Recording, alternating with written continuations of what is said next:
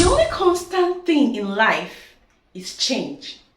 But do you know that trying to change a human being can be a Herculean task? Is it really possible to change the behaviors of others? Sometimes it's possible, I agree, but at other times it can be so difficult. In this video, I'll be exploring some of the technicalities involved in trying to get people to behave in certain ways. Stay tuned.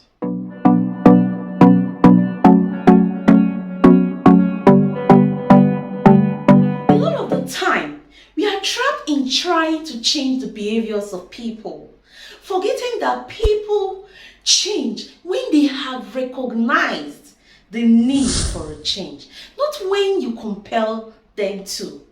When you begin to struggle every day to enforce some certain behaviors in someone, and you begin to nag them and insist on trying to make them behave in certain ways, sometimes they become uncomfortable, and that usually puts them off. And when you continue to insist, they now begin to see you as overbearing, and you become repulsive to them. In order to get you off their back or to make you happy, they now pretend to be who you want them to be. But in reality, they are still the same person. And when you are not there, they go back to their old ways. In fact, let me tell you the story of a single mother. She had a 15-year-old son who started doing drugs in school. When she heard about this, she was so devastated.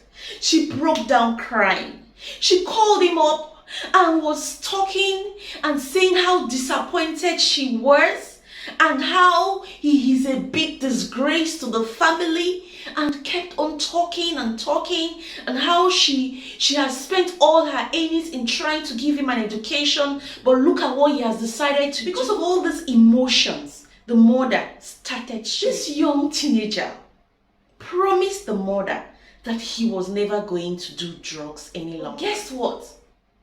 While in school, he continued doing hard drugs until one day he was caught by the police, and today he's in jail. These are the things that people are facing today. You struggle a lot to get the right behavior in someone, and you end up getting the opposite. It can be so devastating as it was in the life of this young woman. It's not that you're not talking enough or you're not giving the right advice, but you are not getting the needed results. You all will agree with me that it is very, very important for you to develop the right skills and techniques on how to influence positively the behaviors in someone. Now, here are some facts. 1. People change when they have recognized the need for a change. 2. People change when they have a reason to change. The reasons could be that their behaviors is either hurting them or is hurting you. And so in order to make you happy, they decide that they are going to change. And 3, people change when the desire for a change is propelled by an anticipated gain. Therefore, the why to change should be clear in the person's mind. And then the what to change becomes even clearer, and the how to change becomes a walk over. A lot of the time, we propel the individual on the how to change without making it clear in the person's mind on the why to change. So, if the why is clear in the person's mind, it becomes easier for the person to change. For you to succeed in helping someone to change a particular behavioral trait, you must be able to establish the why to change in the person's mind. Else, it will not work. Now, for instance, let's take the example that I gave earlier about this 15-year-old boy who started doing drugs and smoking marijuana. If the mother, instead of emotionally reacting to the news and to the child's behavior, if she had sat the child down to understand why the child is behaving in that way, that is the first step. Another step is to try to read into the child's mind and the psychology behind the action of that behavior. Secondly, is for the mother to help bring the child to the knowledge of all the complications that can arise from taking hard drugs. Things like smoking can be injurious to the lungs and can cause lung cancer, can frighten the child. Things like you are liable to die young when you smoke, and not just liable to die young, taking hard drugs itself can lead to a lot of mental disorders. So these are some of the things that the child is made to completely understand. And you have to be sure the child understands everything, the complications of that behavior, the attitude, and everything that is going to play out at the end of the day.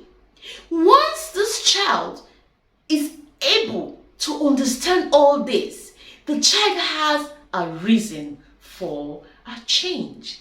And that reason, which is the why, propels the child towards the journey for a change.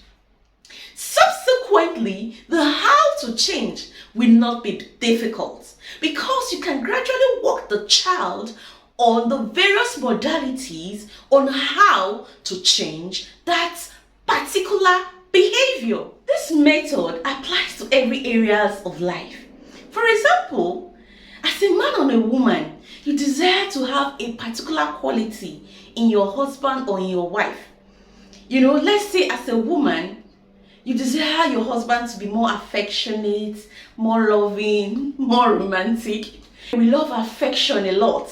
Things like, oh sweetheart, I love you so much. Oh, you mean the world to me and all that stuff.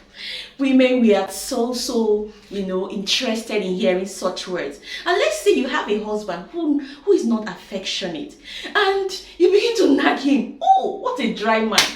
You are so dry.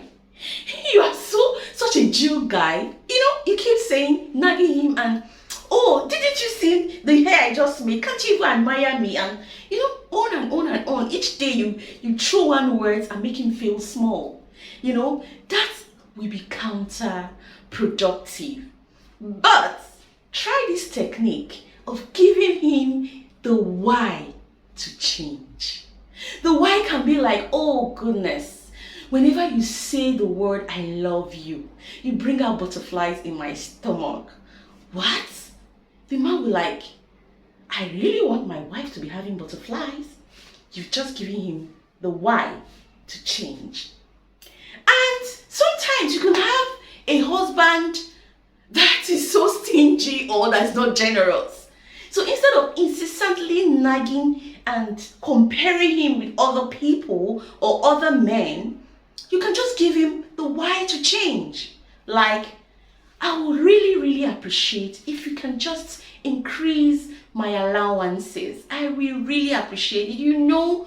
I get so broke and I begin to cry sometimes when I'm so broke. And he will like, oh goodness, if I can just help this woman, I will just do all I can to see if I can increase the allowances I give her every other month.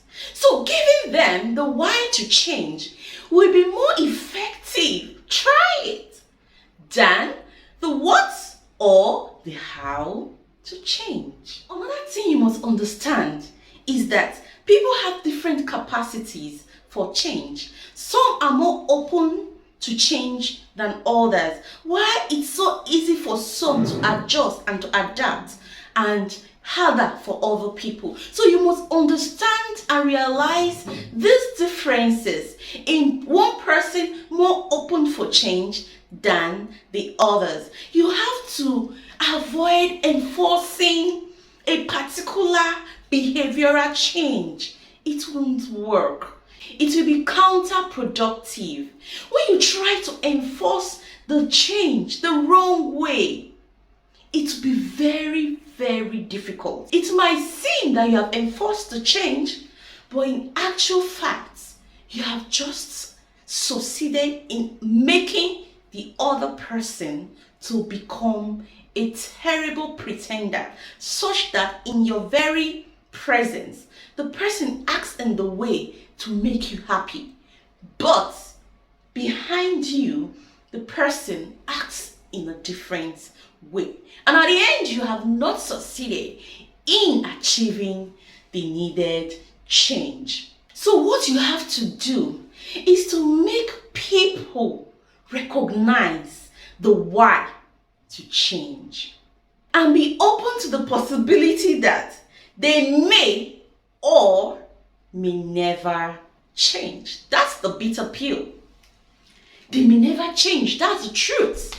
And what if they don't change? What do? Will you kill yourself?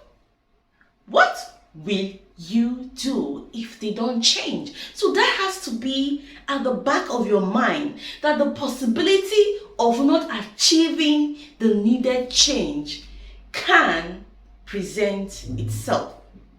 And when that happens, what do? You need to also learn how to accept people for who they are. Good, bad. What you can change, go ahead and make the changes. But what you can't change, please, dear friend, accept it. Accept those things that you can change. And try to live with the person that way. If you do not accept people for who they really are, if you find it very difficult to accept their behavioral traits, you will not find happiness. You will always feel empty and you always have this vacuum within you because there is something you will feel missing that you want that person to fill up in your life. So, friend, in order to avoid unnecessary vacuum in your life, try to accept people so that you don't end up feeling so unhappy, frustrated, and become depressed. There's this famous quote by Reinhold Nebel. May God grant me the serenity to accept the things I cannot change, the courage to change the things that I can, and the wisdom to know the difference. And that is my wish for you today. Thank you for joining me on this channel. Please hit the subscribe button so you don't miss out on any of my videos.